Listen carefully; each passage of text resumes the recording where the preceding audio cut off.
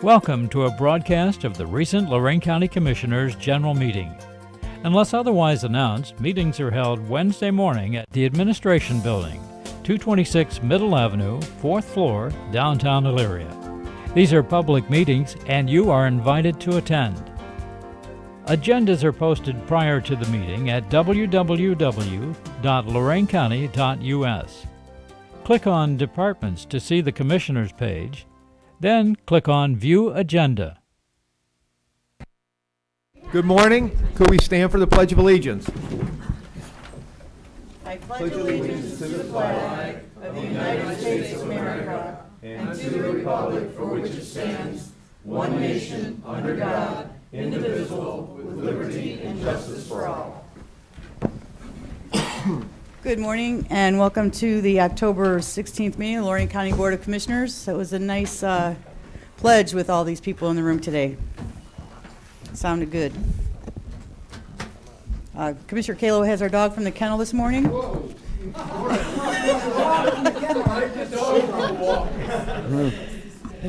Come here. Oh, Sit down he a wants to minute. race. Can you sit? Can you sit down? Come on. Yes, I'm kind of excited. Listen to me like my wife does. Oh, there you go. Our featured dog this week is a female Great Dane mix. She's about 10 months old. Greyhound, Ted. Greyhound, I'm sorry. She was found on State Route 58 in Lorain. She'll be available for adoption on October 18th. She's got a great personality, lively little girl. And if she's not the type of dog you want, we have a lot more. But this one's available October 18th for adoption.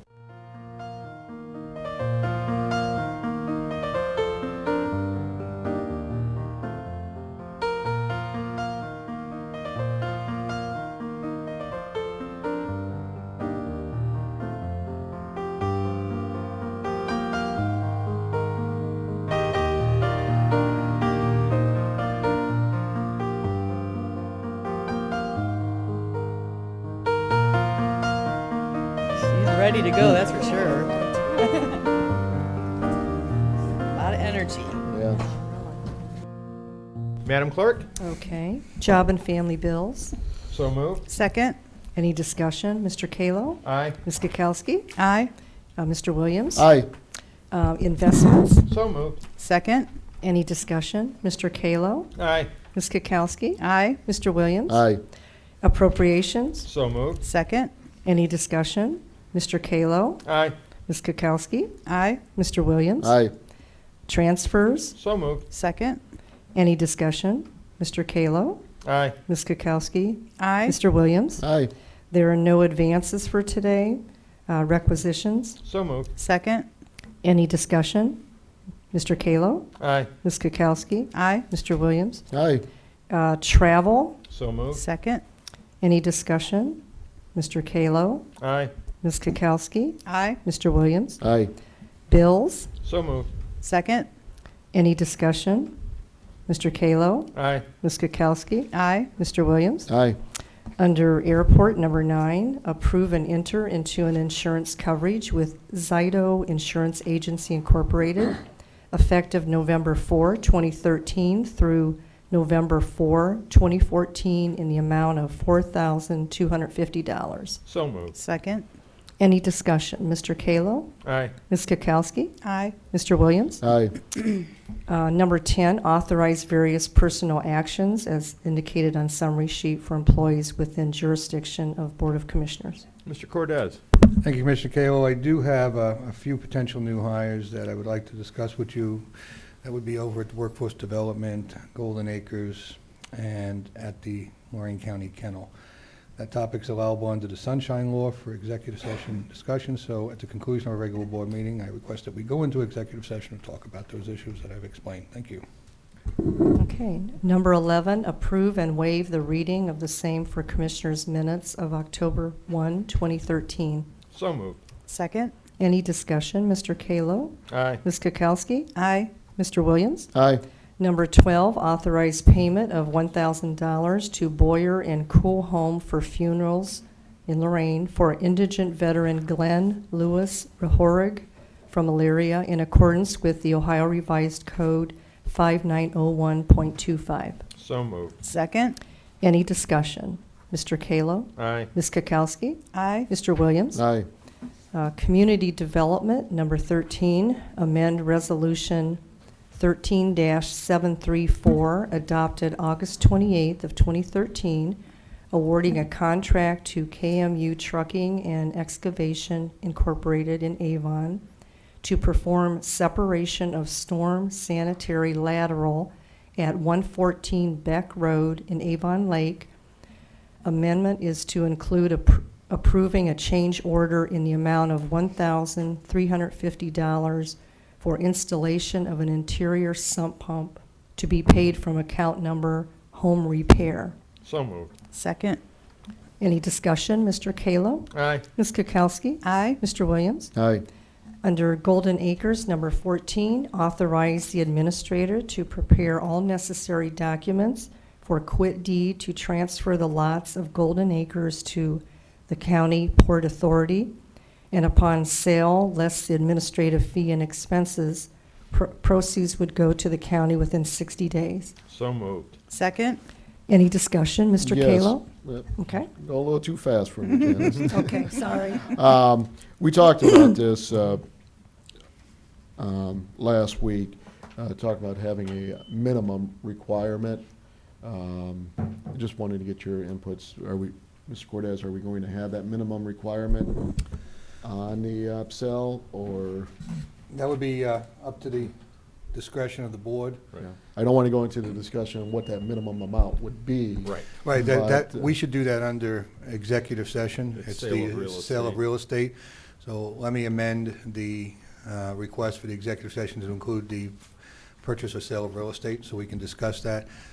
Clearly, that line should be not exposed while we're in negotiation for a potential sale. But we will establish a baseline to work from. I would actually like to hold off on this until after our executive session, then we could come back and vote on it.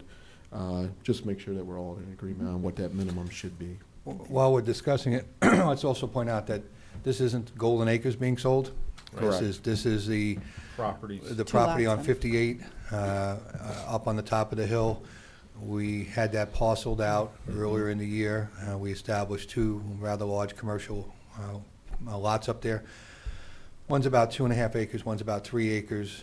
And then we had it rezoned in Amherst Township for the intended use of retail commercial up on the hill.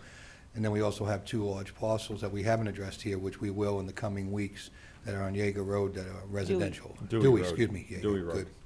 On the Dewey east Road side of the property. that are residential, large residential lots that'll probably be up for sale also. So that'll be coming down the road in a few weeks. We had the two lots on 58 appraised, but we didn't have the residential lots appraised, did we? That's correct. We did not. Okay. We felt that we would deal with the two Separately. larger parcels first, and then we'll loop around. And plus, we had entertained some ideas of building on those ourselves, which we have since moved away from. I'll withdraw my motion I'll until after withdraw we my settle second. any. Okay. Okay, EMA Homeland Security number 15. Approve and enter into an agreement with Resource Solutions Associates, LLC from Norwalk in the amount of $25,000 for professional consulting advice for completion of hazard mitigation planning and updating current hazard mitigation plan for the county. 75% will be funded through grant and 12.5% state and locally. There's no county match. It's just in-kind man-hours. So moved. Second. Any discussion? Mr. Kalo? Aye. Ms. Kokoski? Aye. Mr. Williams? Aye. Job and Family Services, number 16, authorize agreement with Kronos from Boston, Massachusetts, annual maintenance agreement of timekeeping system in amount not to exceed $9,950.61. Authorize the director to execute on behalf of the board with prosecutor's approval as to form. So moved. Second. Any discussion? Well, I think most people want to know, why are we going with a company out of state? Mr. Cortez, do you have any information on that? I'm guessing that they're specialized field, or? Are you talking about the Job and Family Services? Yes. To be completely honest with you, I don't know. Usually, they're competitively bid. I think we may have somebody here from Mary Lou's team.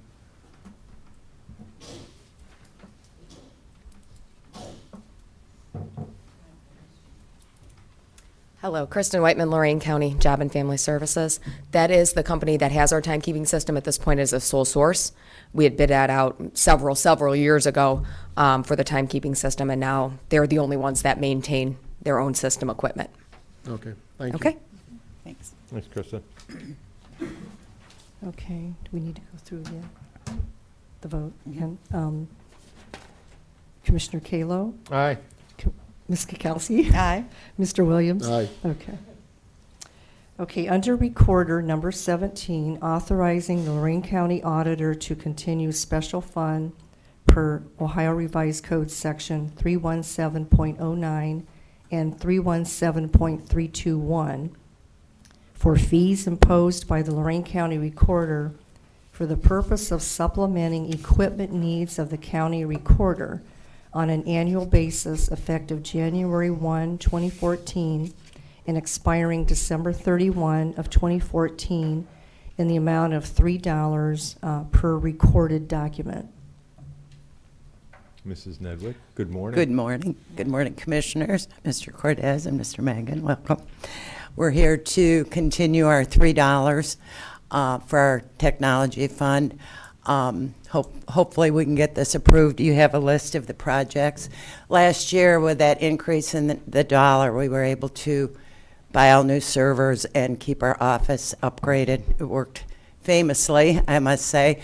We had a 14% increase so far this year over last year. So I don't know where we would have been without that old system, but out of respect for the county, I'm maintaining the $3. And there's more expenses that can be paid because of the new law out of the technology fund. And we will be very frugal. We know you will. Thank you. Thank you. I'll move. I'll second. Okay, any discussion? Mr. Kalo? Aye. Ms. Kokolski? Aye. Mr. Williams? Aye. Thank you. Thank you. Thank you, Judy. Mr. Cortez? I have no additional comments this morning, thank you. Mr. Mangan? Nothing from our office, thank you. Okay. Ms. Kokolski? Keep it short. I'm having a feeling that we may have some discussion here today. We had a town hall meeting last Wednesday at City of Lorain, and many of the people in the room here today were in attendance at that meeting. So we had a lot of good information that went back and forth, and hopefully we're going to have some progress made. The other day, I also was on an interview, survey phone call with mental health. They were doing interviews of elected officials and just people in the community to help better the issue of mental health in Lorain County. It's been a short week because of the holiday on Monday. So I know Sunday I had tickets for it was called Christmas in the Woods. It was really cool. It was almost in Pennsylvania, and there were tons and tons of not shelters, but little buildings that had all kinds of craft things and all kinds of really cool things. And I guess they do this twice a year. So if you ever have a chance to do Christmas in the Woods, I highly recommend it. It's a lot of walking, but it was a beautiful day, probably one of the most beautiful days, and being in the woods at this time of year is really spectacular. So I'll end my report there. Okay. Yeah, busy week, starting with the town hall after our last week, Wednesday's meeting. Attended NOACA Executive Board and Governing Board on Friday. Discussions in the changes in bylaws. Medina voted them down. We had discussion in Executive Committee on what our actions are going forward because it requires a unanimous vote and some changes and maybe line items to that. Commissioner Williams and I and Administrator Cortez met with Andy Young from the Chronicle Telegram in regards to our issue 1, the increased sales tax with the rollback of property tax. That will be on the ballot in November. I'd like to thank the Chronicle Telegram. Andy Young and Brad Dickin was in that meeting also for the endorsement on Sunday. Explains the needs of the county along what we've done the last 5 years to cut back, cutting $14 million in expenses. Also, over the weekend and through Monday, I was called by the Commissioners Association to testify in Columbus yesterday in the State and Local Government Fund Committee on House Bill 186, which is a revamp of how indigent defense is performed in the state of Ohio, along with the financing model. Lorain County, since I've been in office with Commissioner Kokoski, has spent $14,426,000 on indigent defense with only a reimbursement of $4.5 million from the state, where the original intent of the law back in 1976 was they were going to reimburse us 50%. We've been fighting that. We've got it up to 40% this year, but there's legislation in Columbus to turn the authority over to the state for funding, which would be by 2019, the state would pay 100% of indigent defense, and then also have a process in which they inspect the bills and they make sure that the representation is adequate, which we all agree 99.9% of the time there's wonderful representation, but also a guaranteed funding mechanism, because the county commissioners, it's sort of an unfunded mandate. They guaranteed us 50%, but they've averaged 31%, so it actually becomes an unfunded mandate we have to pay for in regards to paying for Indigent Defense Council. What else do we got here? House Bill 186. For those of you interested, tomorrow from 4:30 to 6 at West Lecture Hall in Oberlin, the Ohio Rights Group will be holding a public forum with Cheryl Schuman, a national advocate in regards to medical marijuana, and explaining the process and getting it on the ballot for next year. So that's 4:30 to 6 tomorrow at West Lecture Hall in Oberlin. End of my report. Yeah, And by the way, that was a Great Dane. It was not a greyhound. No, it So was a Jerry- greyhound. It They said made a Great mistake. Dane. They- Okay, they but put the wrong okay, thing they there. gave me Great Dane. Then you did lose money on the joke. That was a skinny, Great Dane. Yeah. Yeah, NOACA was it was a good meeting. We had ODOT in there talking about different projects coming up at the meeting, and the endorsement interview is always fun, going in with Mr. Kalo and Mr. Cortez. So Saturday actually, up bright and early, went to a Tea Party meeting, actually talking about support for issue 1. So that was interesting. The good news is, I would say 70% of the people in attendance at that party were supportive of the issue. Oh, good. Beautiful. I've been So- there before too. It's a great group. Definitely have to go in prepared. They're going to question you on everything and make sure that we're doing what's needed with the taxpayer dollars. Later on today, went up to the Black River Landing, got to see the mayor of Lorain before his SUV was stolen at the Veterans Community Day. Great event, great band, fun time out there. And as always, most of my weekends are always filled with sports with the kids. And I got to see some great soccer, softball, and on Monday, while we were closed, I was actually able to get in touch with SERB. I was going to bring this up next week since Jerry's not here, but since the group's here, and this came up in Wednesday's meeting, talking with legal counsel at SERB, they did mention that if both parties would agree to public negotiations, they would not object to it. So I'm still waiting to talk with counsel, our counsel, more on this issue, but just wanted to give a report on that. End of my report. Okay. Madam Clerk? Okay. Under the clerk's report today, there's some meetings scheduled. October 22nd at 9:30 a.m., there's a Stormwater District Board meeting in Meeting Room A. Also on October 22nd at 11 a.m., there's an investment advisory meeting, and that'll also be held in Room A.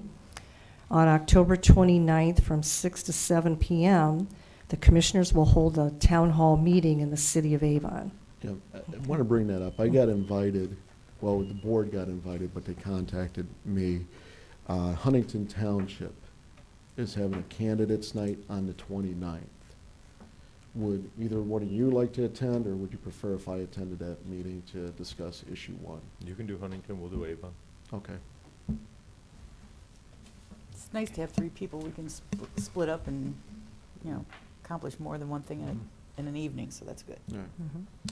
Okay. Janice, if you could just make sure you send something out to Avon, letting them know I will not be able to attend on the 29th. Not able to attend in Avon.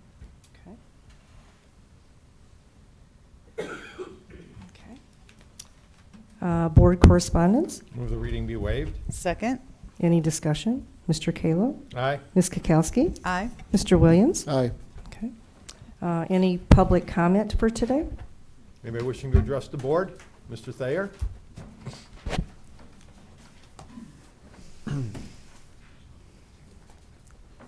Now, Joe, I heard you got a very special announcement today, too, right? For somebody? Oh, well, yes, I should publicly say happy anniversary to my wife of 11 years. Yes. Realized that this wonderful morning. Yeah. Yeah, she'll be surprised all throughout the day since I forgot this morning. But anyway, good morning, Commissioners, Mr. Cortez, Legal Counsel.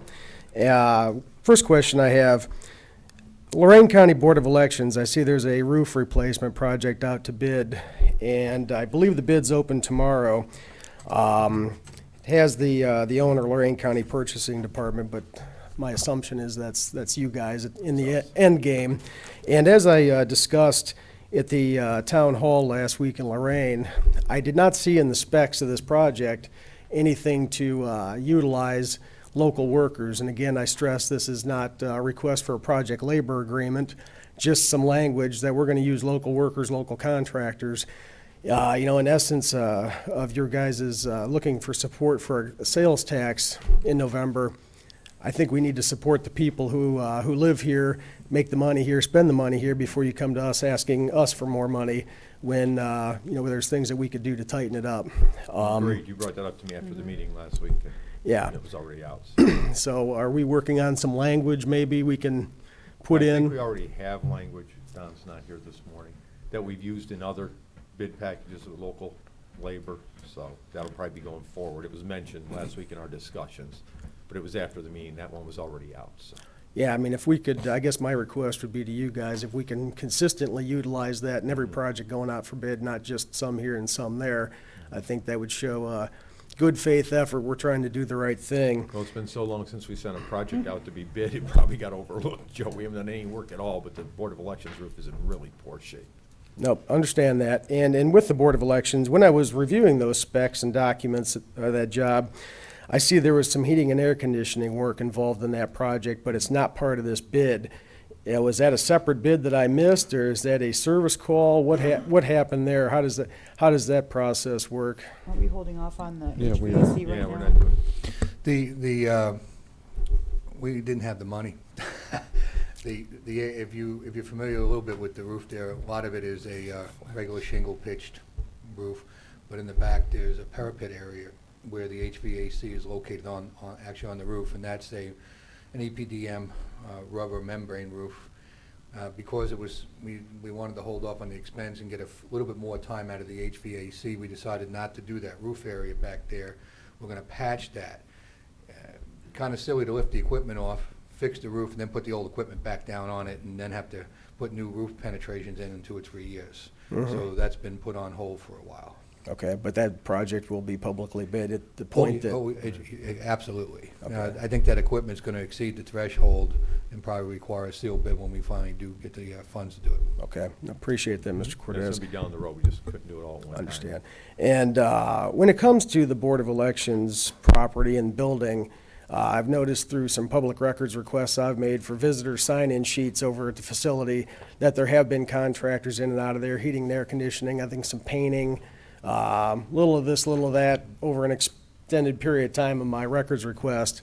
Are those service contracts? Are service contracts, emergency calls? What's the process for the county on how those contractors get picked to come in there and work?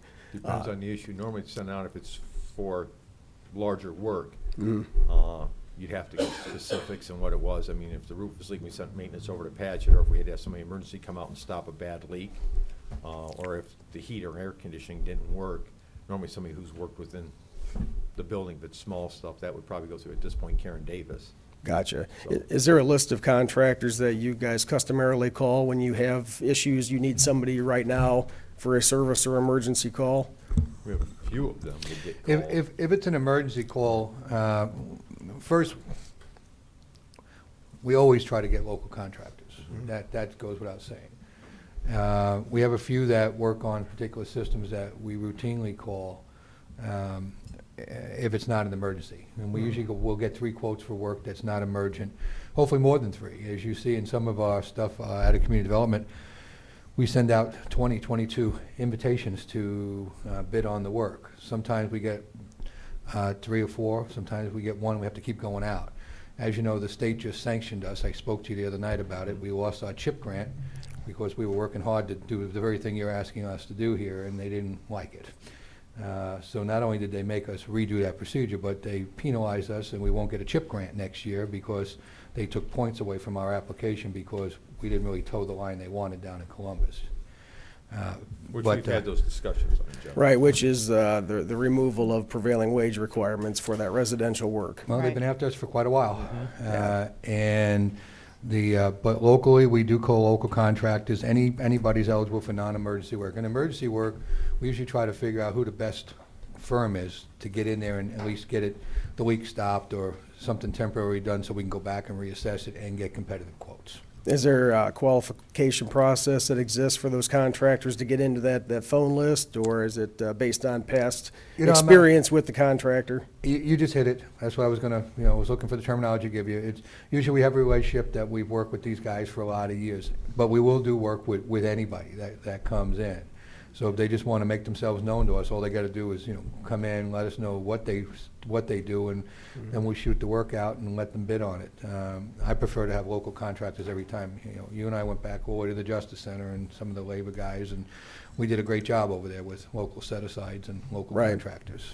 So we do go Lorain County first. It's the sealed bid process that's perplexing to us, because the big guys come across the border and they squeeze our guys here. Yeah, I understand, and, to utilize language in the city of Lorain that exists, but I don't know how often it's used.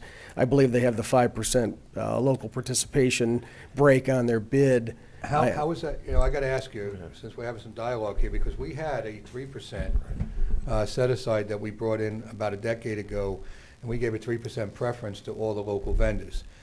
Did that for a lot of years. We took a lot of grief from people outside the county, but it was good for our folks. And we had to do away with that because we ended up in litigation.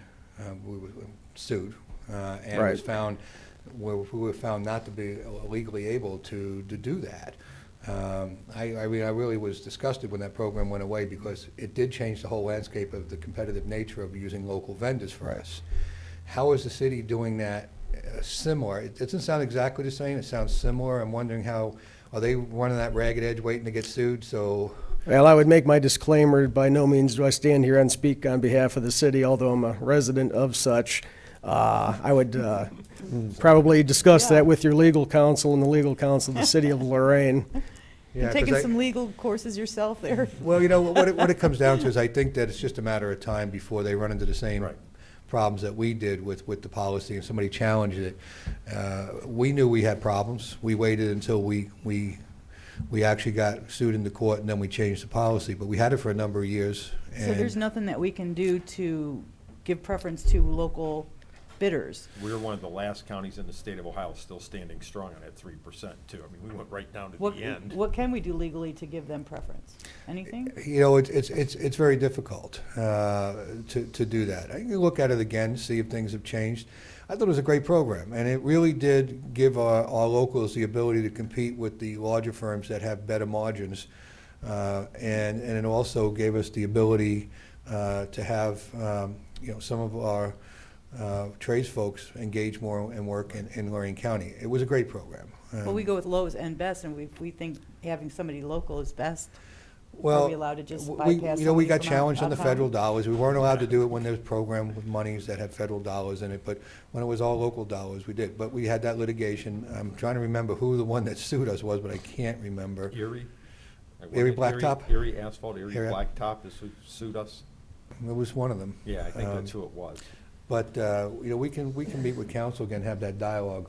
I'd love to have another program. Yeah, I'd like to see what we could do with that. And touching base, going back for a second, back to the prevailing wage on the residential projects, the conversations that we have had, essentially it's based upon the lack of local bidders as to why the state cracked down on you. And there was dialogue as to why you guys don't have those bidders or a sufficient amount of bidders, more than a couple per job, which I think is what you were getting. And I'll go back and then I'll say it again, and it's no disrespect to Karen Davis or anybody in this building, but there's a lack of enforcement of prevailing wage law, not just in the county, but it's all over the state.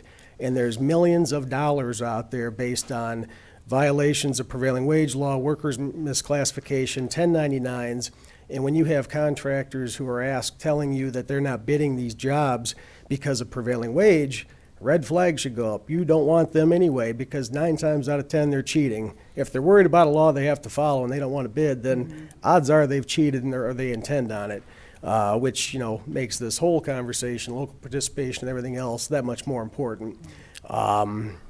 We've offered, and in a lot of times have had some pretty intense meetings about projects and issues with prevailing wage and workers not getting paid right and people getting loans, not doing certain things. Somewhere we need to clean all this up, because the contractors that we would like to entice to bid watch all this going on. They don't want any part of it. That's why you don't have the bidders. It's not because of prevailing wage or anything else. Now, the political attitude with that down in Columbus obviously is different, because they're not very friendly to prevailing wage law, as we've seen with the current governor. But, things to think about as to what's really going on and how we can fix that to encourage more participation in the bidding process. So, appreciate your help on that. Then the last thing, as stated in the sales tax hearing last week, I believe the magic number was $350,000 to Clemans Nelson. Correct me if I'm wrong on that. No, I didn't research. That was a number that was thrown out there. But they also do a lot of our HR work too. That's not all negotiation. Understand. They do a lot of our HR, because our HR, We don't have an HR. it goes to the administrator. And And like that night, the point that I made, in the interest of a sales tax increase, $350,000 is a lot of money to go to a company who specializes in union busting, whether it's legal services or consulting. And most importantly, they're not even in the county. $350,000 could probably hire another attorney or two to work with Jerry's office and do this in-house. Again, I think at the end of the day, we're all grown adults here capable of sitting down and talking and negotiating. We should do it with the people we have here and not hire it out. Thanks. Have a good day, everybody. Appreciate See it. you. Tell your wife happy anniversary from us. Any Rob? more comment? Rob Scheithauer is coming up to speak now.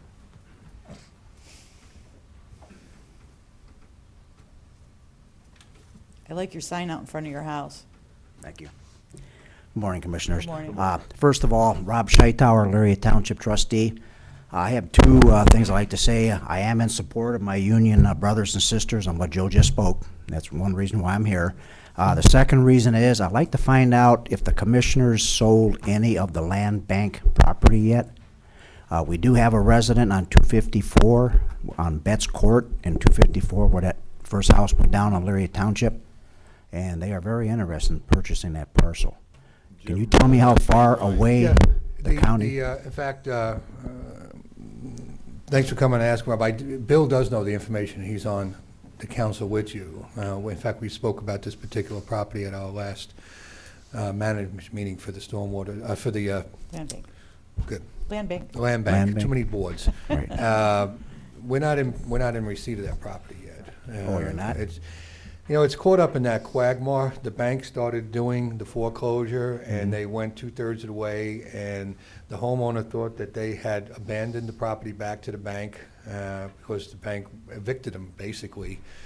But the bank didn't finish it. It became a zombie title, and it's sitting out there. It's still in the old landholder's name. He now knows he has it, but the bank is 2/3 into an old foreclosure. So we're trying to pierce that to get it to order the sale so that we can pick it up on the second reading. And we're also trying to work with the parties on doing a quick deed over. But because the bank is 2/3 through the way that foreclosure, we're thinking that the bank needs to put some money into this deal before we deed that property, because they had some responsibility for the condition of the property. So we're working on it. They've done a nice job out there in 254. And that land's going to, as soon as that land is in our possession, it'll be made available to very, very quickly. Do you know how far down the road this could be? Hard to say. It's the Okay. legal process. We're now chasing about 100 with some of our other properties, about 190 properties. Plus, we placed a few that are very delinquent in taxes into the order to sale, so we can capture those and repurpose them back into the community. I make the tax base stronger. It could be a while, but we will make sure that we contact that person. Now, I will tell you this: if we can't get the parties to agree to some mutual arrangement and it goes to the order to sale, somebody could capture that property at the order to sale. So what I'm going to do is make sure they know that it's going through that process. The only way we get it is if nobody captures it in the first and the second sale. And then rather than reverting to the state, which is what used to happen with abandoned property, it would revert to the land bank because we've already placed ourselves into the process. But a speculator could come up and bid on that property, and we have no ability to prevent that from occurring. Okay, Jim, will the abutting property owner get the first shot at that property? It's an open auction, Okay. but I'll make sure they know, and I'll Okay. make sure they have the ability to be there, because, you know, they've been really good neighbors down there and taking care of that. It looks great. Okay. So we're going to do everything we can to help them. The one thing we can't do, though, is we can't use additional funds to try to outbid somebody or a speculator. I don't think it's going to happen. You know, it's a non-conforming lot, but it is on a high-vis area. But you know, I'll make sure that they stay in the loop, and again, I did talk to Bill on this. I'm sorry, I don't know, you guys, sometimes you're so busy out there.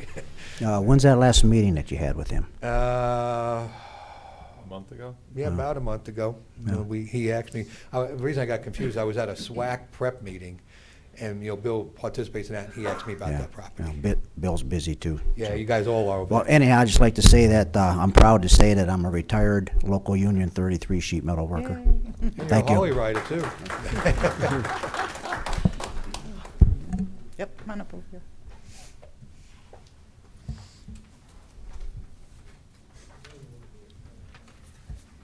Good morning. Morning. Jim Waingrow, and I work for the United Automobile Workers of America. I'm an international rep, and I represent the Lorain County Jobs and Family Services folks. And at last week's meeting, there was quite a discussion on the use of this firm, Clemans Nelson. And I heard what you folks said, that you know, you don't want fighting, friction, you want things to go smoothly and want to get along, and you want to do what's right for the people. And what has happened since then, because we have explained to you, when I say we, I'm talking about myself and the folks that were at the meeting, that there is a big issue with this group called Clemans Nelson, okay? And just as an example, you all know about arbitration, and Mr. Cortez participated in a grievance meeting that led to arbitration that's coming up at the end of the month. And because of that, everyone has to get prepared for it. Now, they assigned an attorney through Clemans Nelson to handle the agency's part of the arbitration. And so I sent to that person, his name is Peter Nevada, okay, a request for some information, some basic stuff just so everybody can be prepared, okay?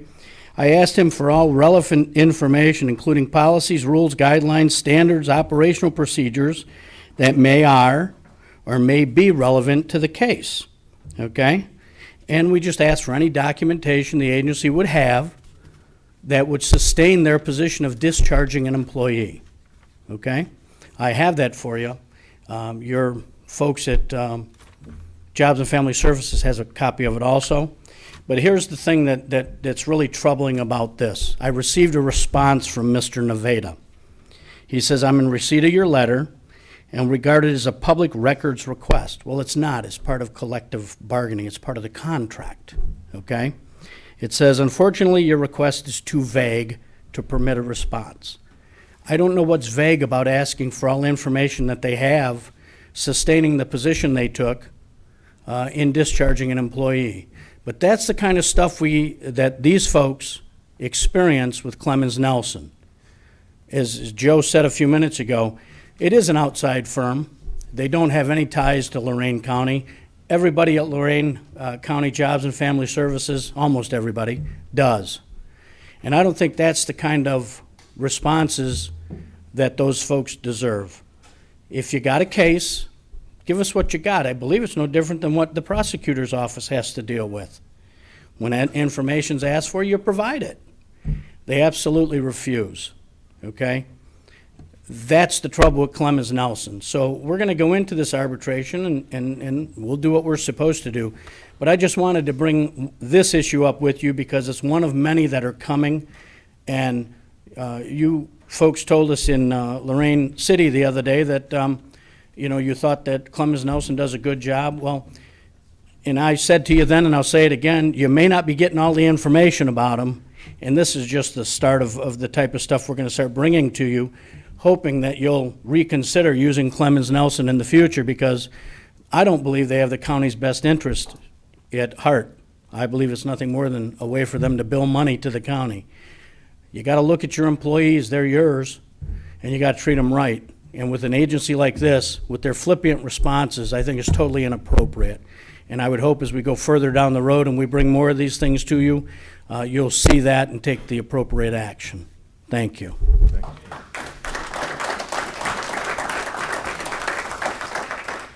Eric?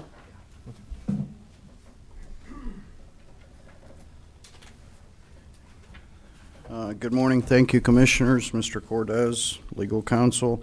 First of all, my comment and questions are on behalf of Lorain County AFLCIO as president. Commissioner Kokoski, you said earlier that quote unquote local is best. So, and I'm piggytailing off the comments on Clemens Nelson.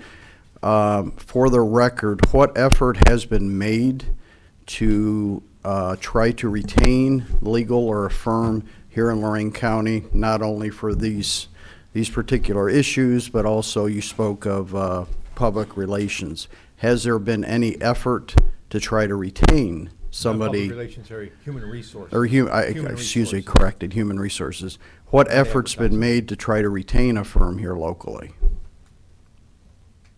I don't think there has been ever. We've always used them. They have all the historical knowledge of all the contracts, all 20 contracts that we have.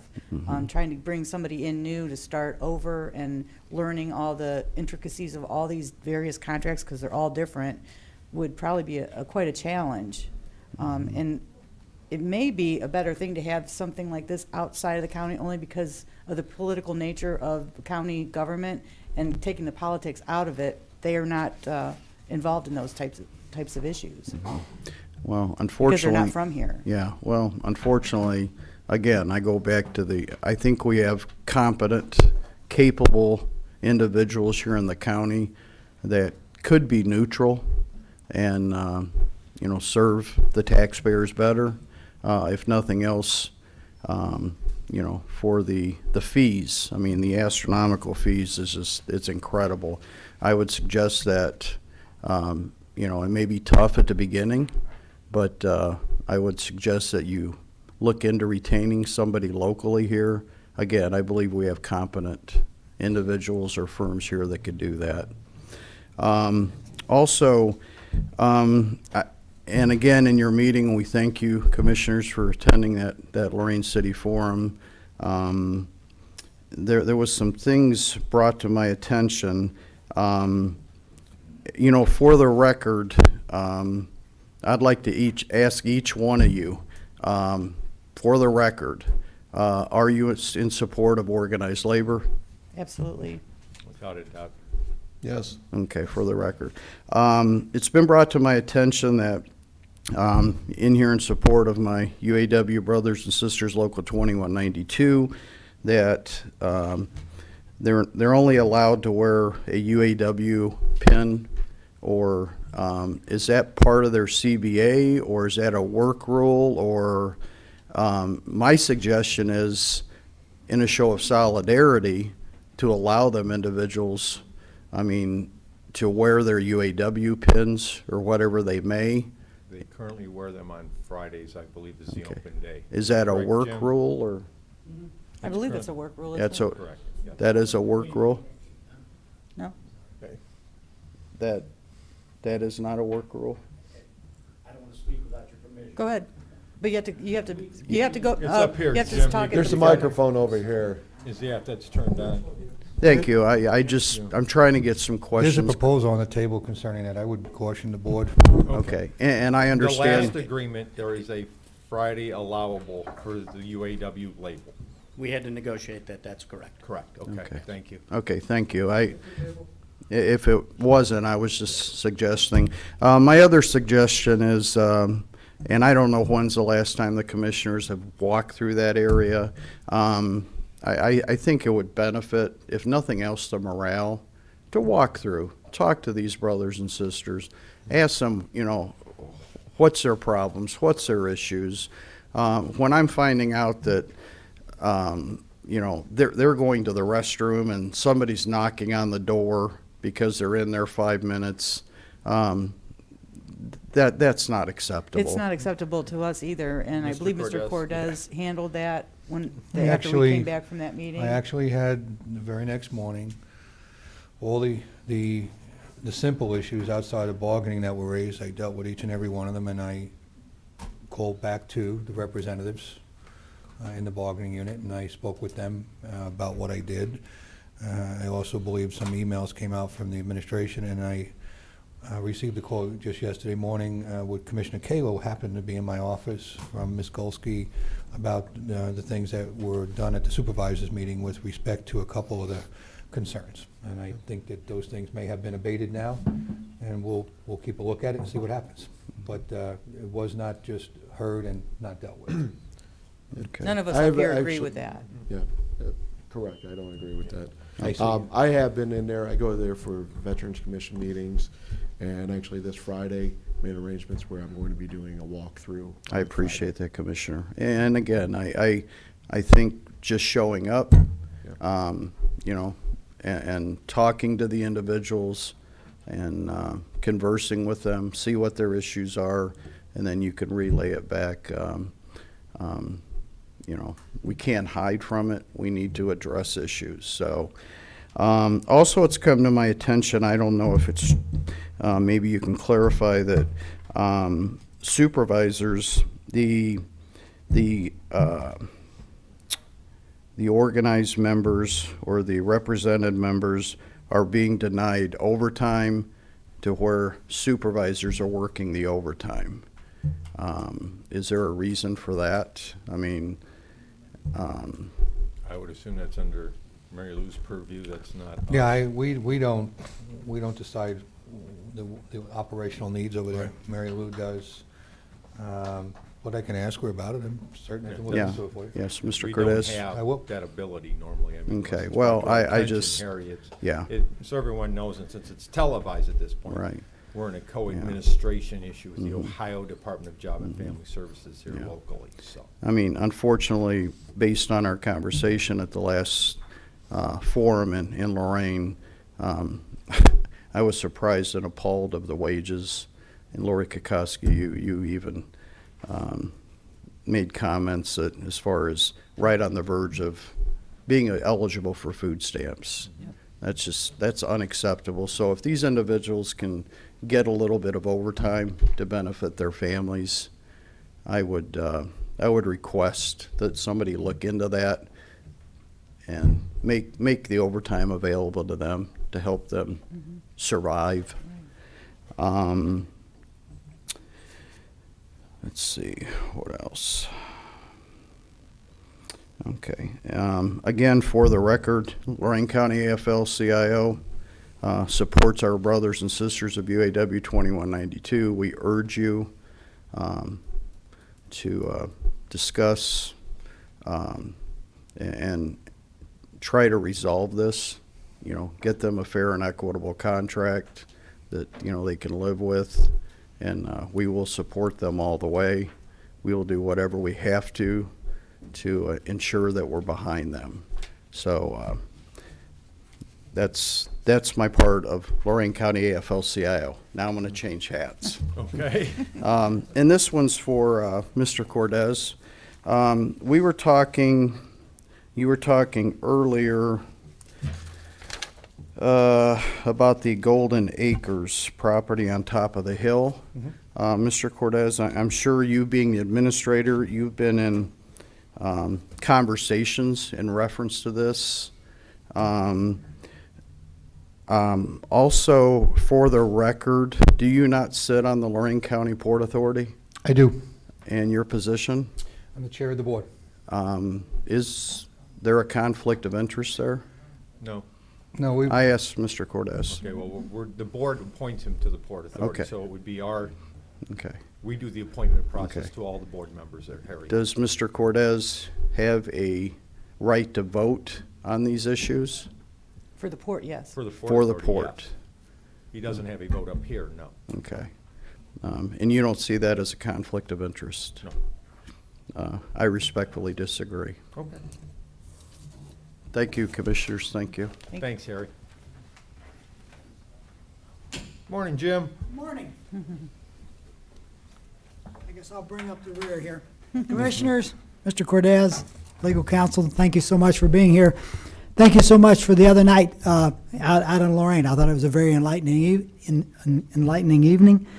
I think we learned a lot. And but some of the things that people are kind of concerned about, you three, is that you guys are out in the community and it's not election time. And because I very seldom ever see you out at meetings and see you out at, like City Hall and holding special meetings, and they go, "What's going on?" The commissioners are out, and it's not election time. And I think in saying that, it's telling you, people would really appreciate seeing you guys out and about, because I hear what you're out on the weekends and you're doing different things. You just made that statement, and that's good. But I think it would be good if you were more accessible to the folks in the county. Maybe you don't want to be, because maybe this job is gets to be too much. But anyway. What do you mean by accessible, Jim? Yeah, but, I mean, people can come up, talk to you. You're out in the community. You're out talking to people in the community, because there's a lot of questions that go on. I don't know if they call you up here, but I just these meetings, these meetings that are going on. I mean, the people are really shocked by that you guys are out and about, and I just think that's something I needed to bring up to you guys to let you know that people appreciate seeing you out and about. And especially over in Lorain. But there was a few things that, let me just get to it, because I know we're getting late, but I'm here on behalf of 2192, being the president of Lorain County UAW CAP Council. I went out after that meeting, and I sat there, and usually my wife would poke me to see if I was dead if I wasn't talking. And but I sat there, and I actually sat at the kitchen table with my head in my hands. And I was so discouraged. I mean, we had a good meeting, but I was discouraged by what I heard on the way that the ladies, the people at 21, I think there's 165 of them at 2192, the way they're being treated. I actually went and looked at my calendar, and my wife said, "Have you cracked up?" And I said, "No." I said, "I just want to make sure this is not 1950 or 1940, because my mom or my dad used to tell me, at General Motors back in the 50s, if you went to the restroom and the restrooms were full, they had security come up and pull you out. Or if you were up there and you didn't have your pants down, excuse that part, they'd put you on notice." And I said, my goodness, I looked at the calendar and I said, this is 2013. This is not the way we're supposed to treat the people that work for us. And I'm not talking about labor. I mean, organized labor. I'm talking about labor in general. I'm here speaking on behalf of all labor, organized and unorganized. But, as Mr. Cordes said, and Jim, if you took care of that, thank you so much for taking care of that.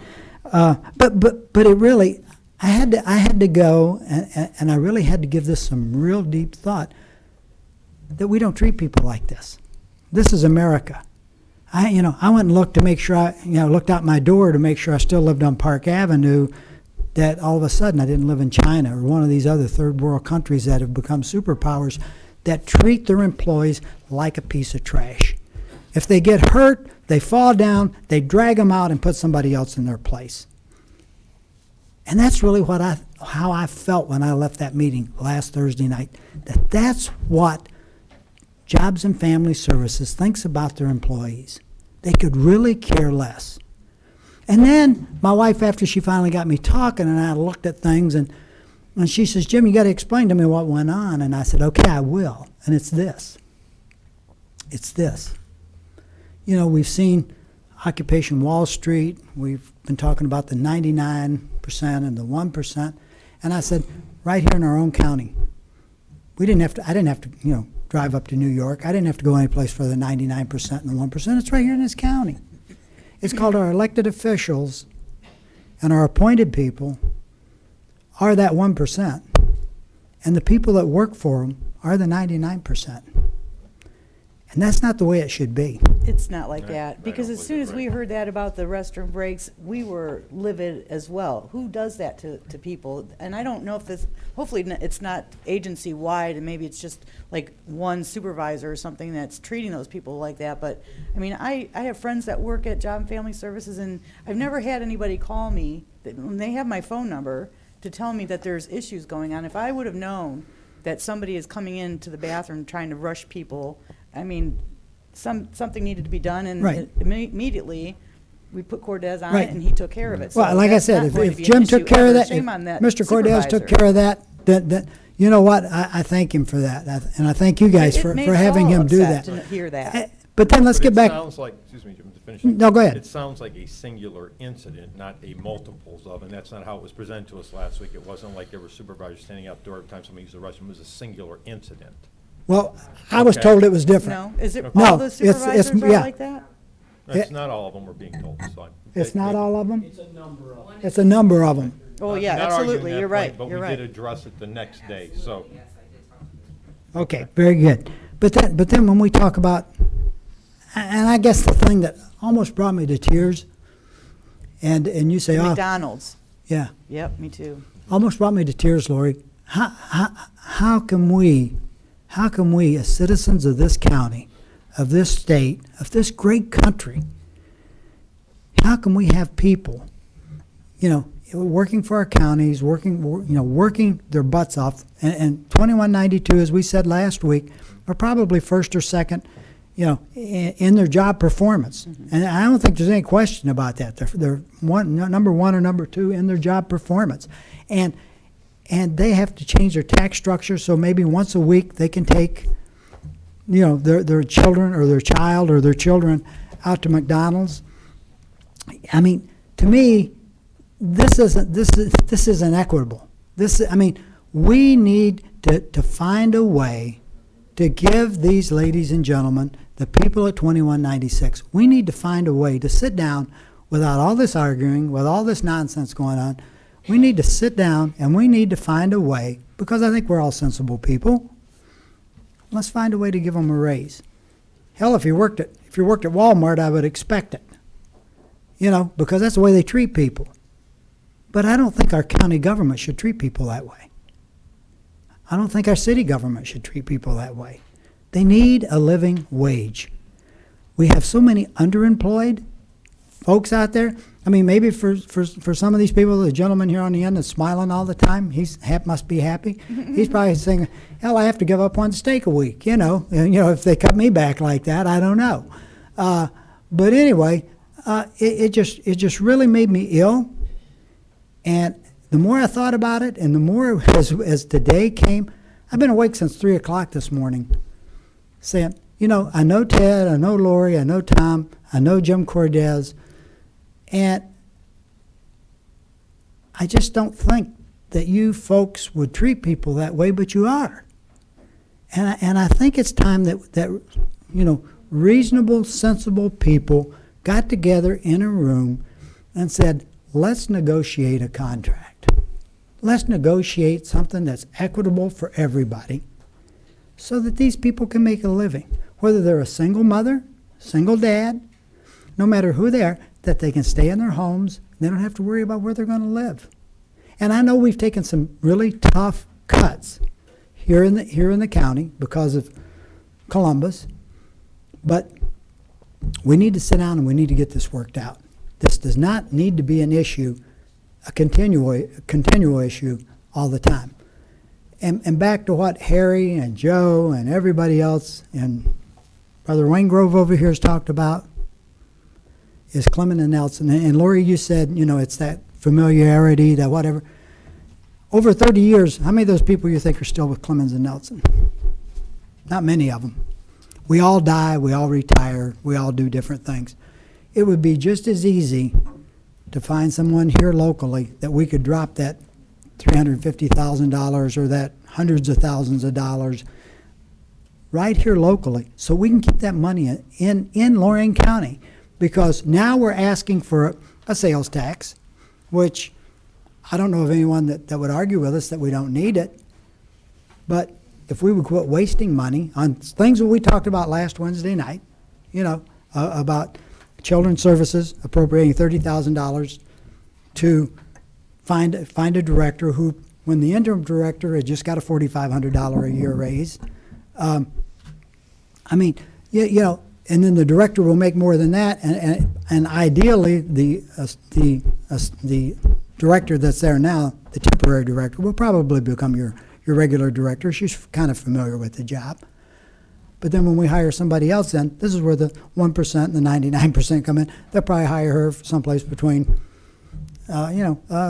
probably 80 and 90,000 or 95,000, and then the temporary director will probably get moved up to director, and they'll probably pay her $115,000 or $120,000.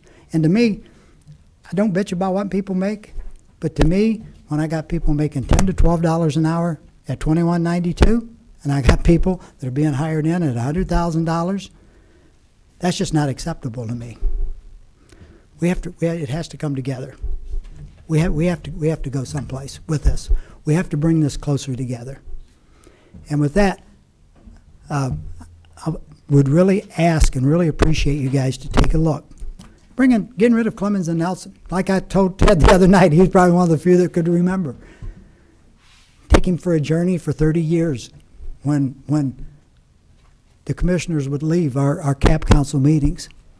And one by one, they would sneak back in after they would see the other ones leave and go, well, we're trying to get rid of them, but this one won't go for it, and this one won't go for it, and whatever. All three of them were saying the same thing, but you couldn't get them to say the same thing in a room. Also found out back then, I couldn't get Betty Blair, Mary Jo Vasey, and Michael Ross in the same room together for a meeting. I don't think we're having that problem here, but Well, it's public, so yeah, we can do this as yeah, public, we right? do this public. I was the only one here. Yeah, I can you remember that, right, Jim? confirm that. So you can confirm that. I mean, this is some of the things we've been through, and I guess that what that says, besides I've been around a while, is that I am going to fight like hell until the day comes when we can get these people's standard of living up to the point where it's a livable wage.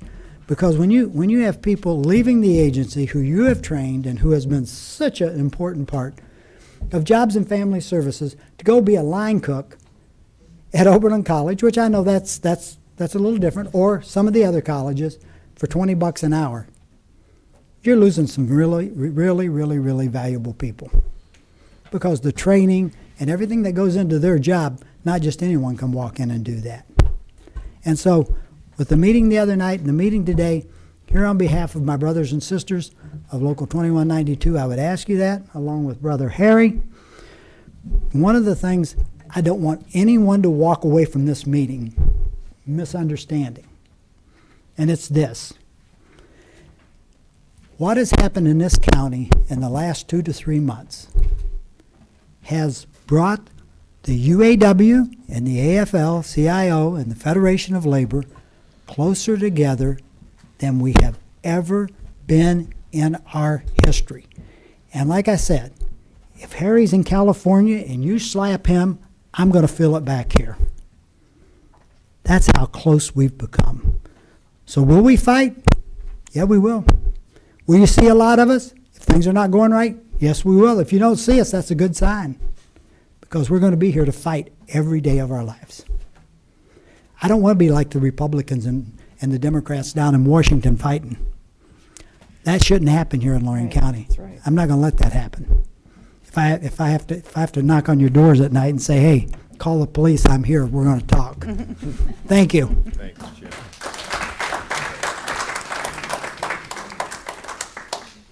Hang on, Joe. Jerry wanted to go.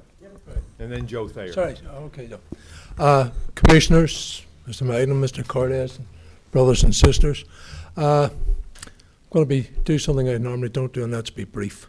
All right. I attended the meeting last Wednesday, and I got to be very, very honest. I went out and I was absolutely stunned by the lack of accountability. At this point, I want to thank Mr. Cordes for reacting to some of the complaints that were filed last week. Commissioner Kokoski said, well, I hope that's not indicative of what's permeated throughout all the other departments. You won't know unless you go out into them and check out for yourselves. I think, sadly, that if you do, you may find out that it is. You've talked about this Nelson outfit, these gunslingers from Columbus, and that's basically, in my mind, what they are, hired gunslingers. Leadership starts at the top. I know I've been in that position. I've negotiated in many, many contracts successfully too. And it's the top that sets the tone. And unfortunately, that being the case, and we see what the end results are, it falls back on you. That's the leadership that you're giving. Perception, well, reality, doesn't matter. That's the leadership that you're given. When you have an organization or a company or whatever you want to call them that has on their website a philosophical differences not only with unions, but proclaiming how different they are from unions to the point that they want to basically destroy unions. And that's who you continue to retain. I have got to make an assumption that's the philosophy that you're supporting. When you talk about that they have got 20 years experience negotiating contracts and all the rest of it, if we're looking at what happened 20 years ago in this county, no wonder we're in the mess we are. We didn't have computers, we didn't have nothing. These people have all upgraded. We're a whole different ballgame. So there's nothing precludes you from hiring people at a local level. Come in and look at one or two of the recent contracts. I'm talking recent, I'm talking the last contract, et cetera, and et cetera. 3 years ago, 6 years ago, to put them in the ballpark where we need to be in terms of negotiations. One of the problems that in my mind anyhow, that we're looking at is that we're doing the same old things the same old way. And we are the people that expect to see different results. Well, you know what they say, that's the first sign of madness. When you do the same things the same old way and you expect a different result. We have got to come to a different form and different philosophy towards negotiations. We've got to send people in from your side and from our side who go in to say, what do we need to make things work, not to go in to see who can screw the other one over the most. And unfortunately, that's what we're kind of got down to. Not necessarily in the part of the labour, but when I'm faced up with a guy that comes in here and he puts 2 6 guns on the table and says, now let's start talking. Well, that's when I'm going to start going for the ammunition too. So I think you have got an opportunity now, because I, quite honestly, hope God has me around the next time he's having a contract, but don't want to be coming back here to argue over the same old things. And unfortunately, if you don't start thinking outside the box and start thinking about what we need to do. And it's not just money in terms of let's get a tax increase, that'll solve our problems. No, it won't. That'll not solve your problems. Get a different way of doing business. And I think that's what you need to apply yourselves to doing as leaders. How do we do things differently that will better this county and better the employees and improve the morale of employees? Because when I heard some of the things that I heard last week, I swear to God, if I was in a position to do it, nothing would move in this county. I cannot understand, and I don't blame you, I'm telling you that right now, I blame the people in Columbus that have put you in a position that you have no control over the departments that you're technically representing. When I know that the director of some of these departments doesn't answer to nobody in this county, answers to somebody in Columbus, then we need to be doing something about it. Not just you, but us collectively, to get some changes in the state laws that allows some control to come back into the county. Because it appears to me that everything is going out of the county and very little is coming back to it. So I'm sitting saying to you, start thinking about not just today, but about the future. Because this is what, if not, those who fail to learn from history are doomed to relive it. Santana? Well, that's exactly what you are going to keep doing if you don't get a new way of doing business. Thank you. Or was Joe? Joe. Joe and then you, okay? Hey, Jerry, on that too, just want to bring up one thing. The state has changed, and this was many years ago, has changed it where we should have control, but the director we have has protection. So I just wanted to bring that up. The state did make the change on it. It's just we have a director who has the protection. So when this director goes, It will be Then- the board's appointee at that point to that position. Right, and it will be an at-will employee. Go ahead, Joe. Commissioners, thank you for allowing me to return to the microphone a second time.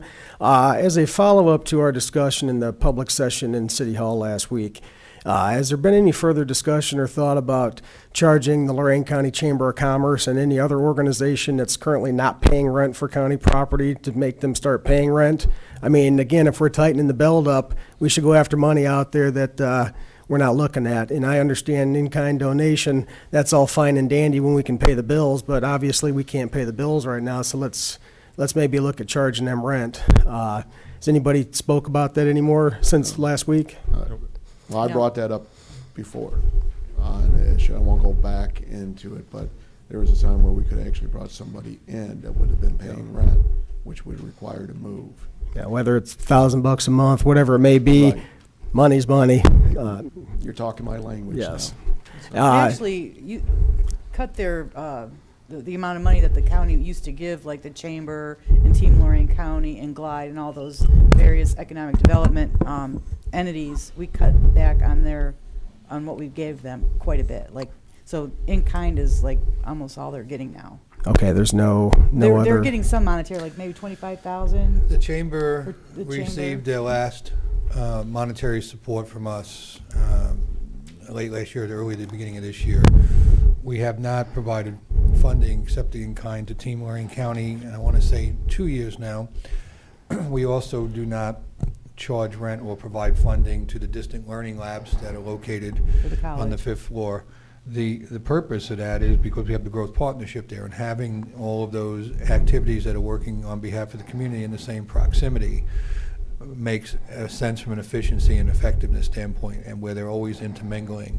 So on the 5th floor, we have solid waste, who's active in improving the community. We have the college.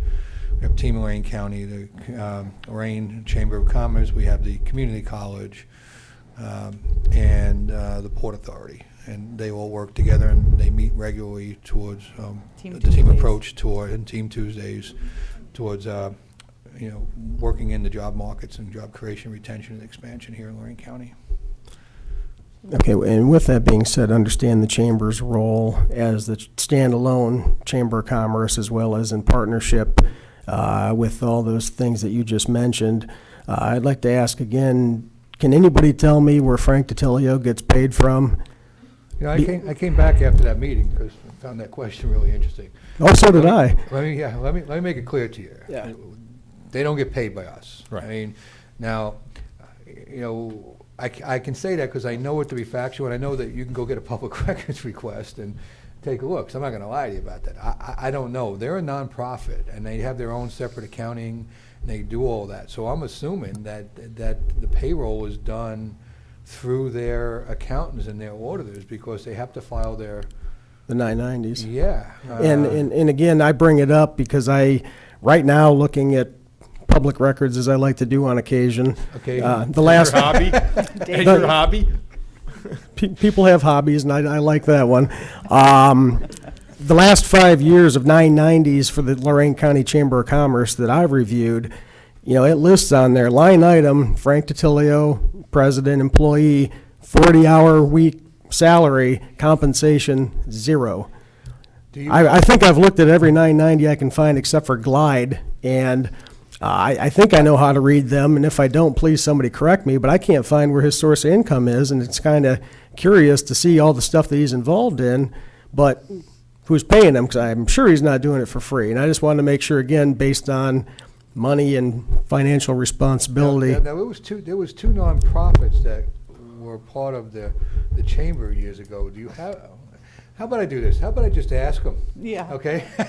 I can do that. I just want to make sure he's not on the county payroll He is not. He's not on our county payroll. in any form. Yeah. No form, not on the county payroll, but I'll just ask him. And hopefully we'll just get, we'll get that matter resolved.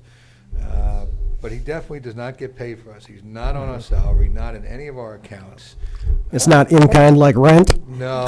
I will tell you that the director of Team Lorain County has been through contract with the college because they do the administrative end. That saved a lot of money, but the college was reimbursed, less a small administrative fee to manage the payroll and things. When you have 2 or 3 people in an organization, the outside cost for managing payroll and all the other issues can get kind of expensive. So Team Lorain County was through contract with the community college. But the chamber never was that way, never with the county. But since there's a cloud hanging over there, I'm going to get you an answer, even if I have to twist Frank's thumbs. And Yeah, I'm just find out for curious. you. I It's know you are. the $25,000 from the county that goes to the chamber that's not in kind. Where does that money come from? County general fund? Comes from county Yeah, general fund. Okay. Similar to what our contributions were to Glide in Team Lorain. We made some contributions to a few of those entities that were in economic development, but I will tell you that there's nothing in the budget for the coming year for any of them anymore. It's just not there. Yeah, things are tight. All right, appreciate it. Thank you. Have a great day, guys. Thank you, too. Jim?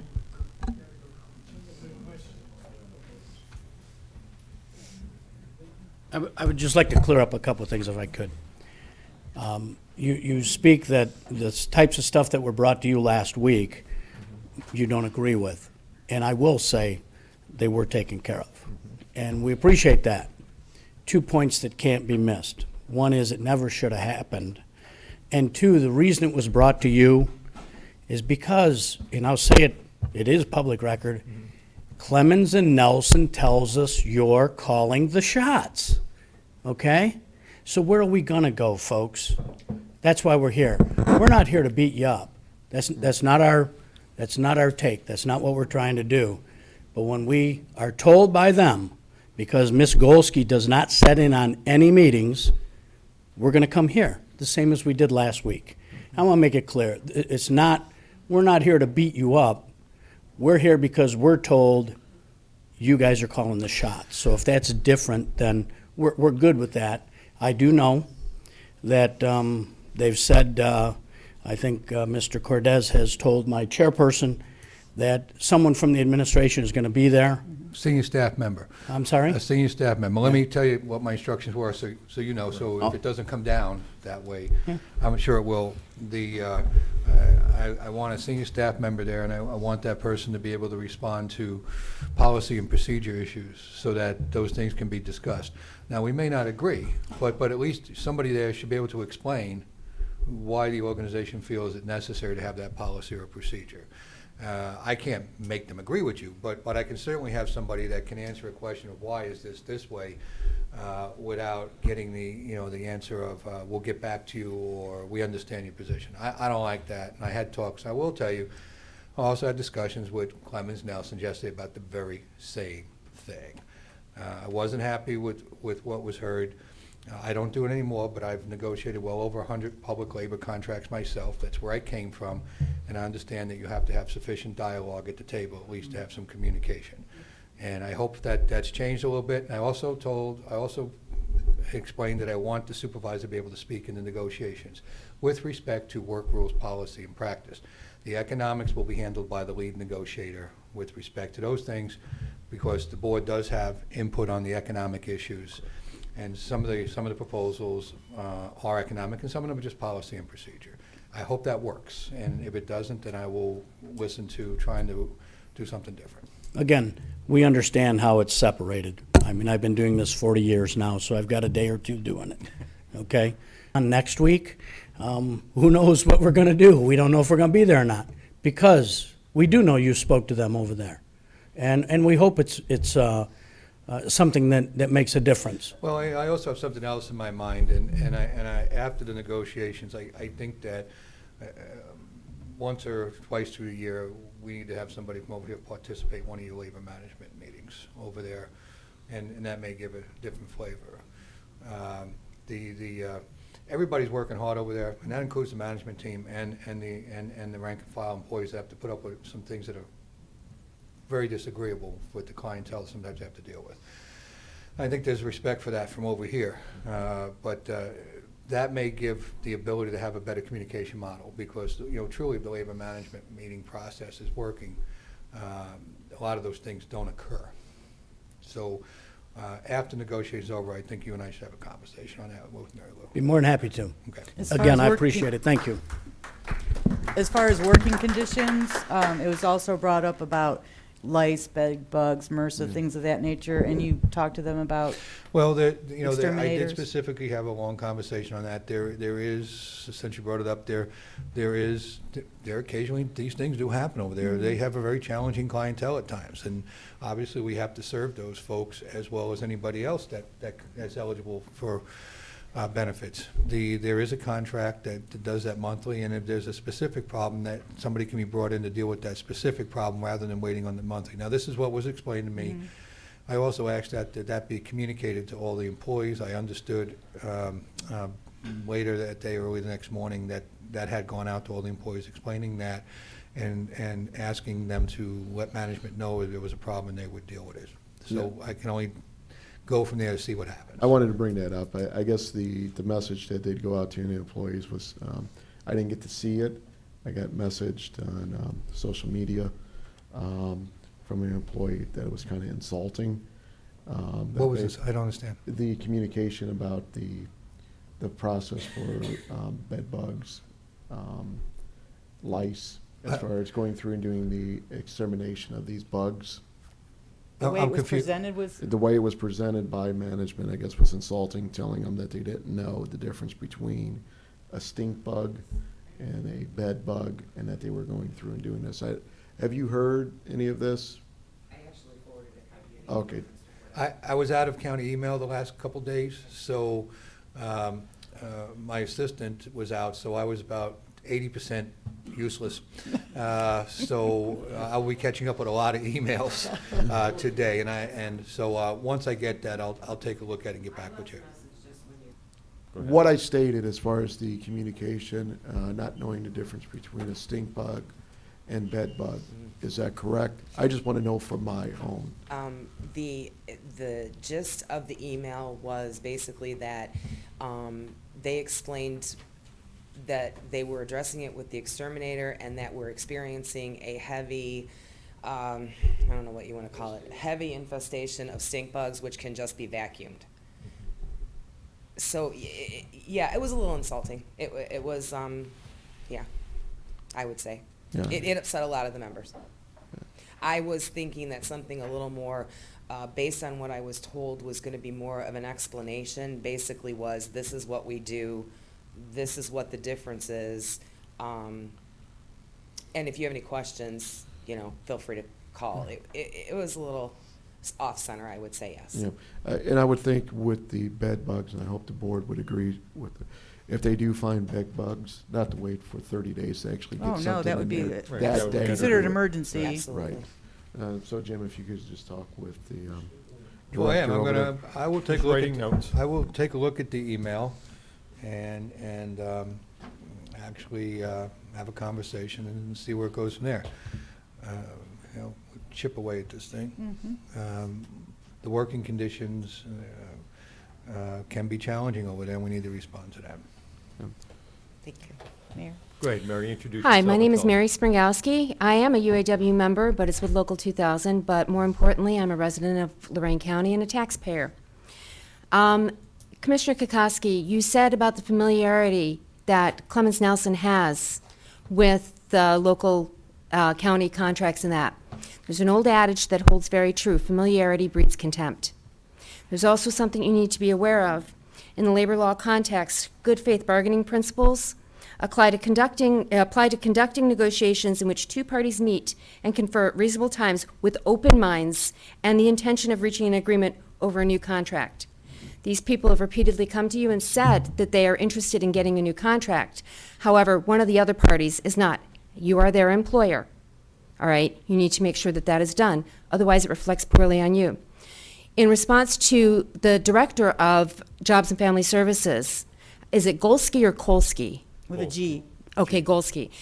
I wrote a letter to the state director. I have forwarded a copy to Jim Sloan as to what I said, recognizing her civil service protection.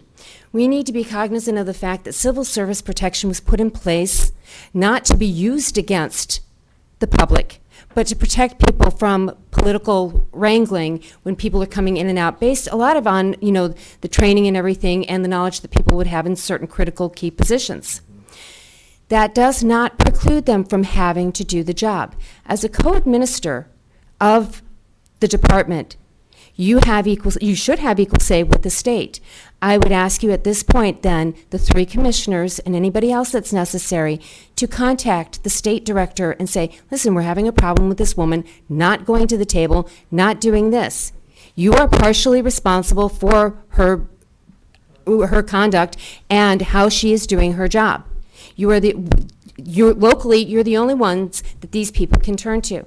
So I'm asking you as a taxpayer, I don't want to see any more of these $350,000 paychecks going out to a company that has no interest in, for as far as we could see, and perception is everything, in getting a contract with these people and to address their problems in a serious manner instead of the buck passing.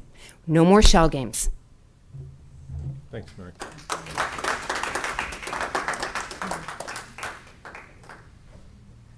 Anyone else?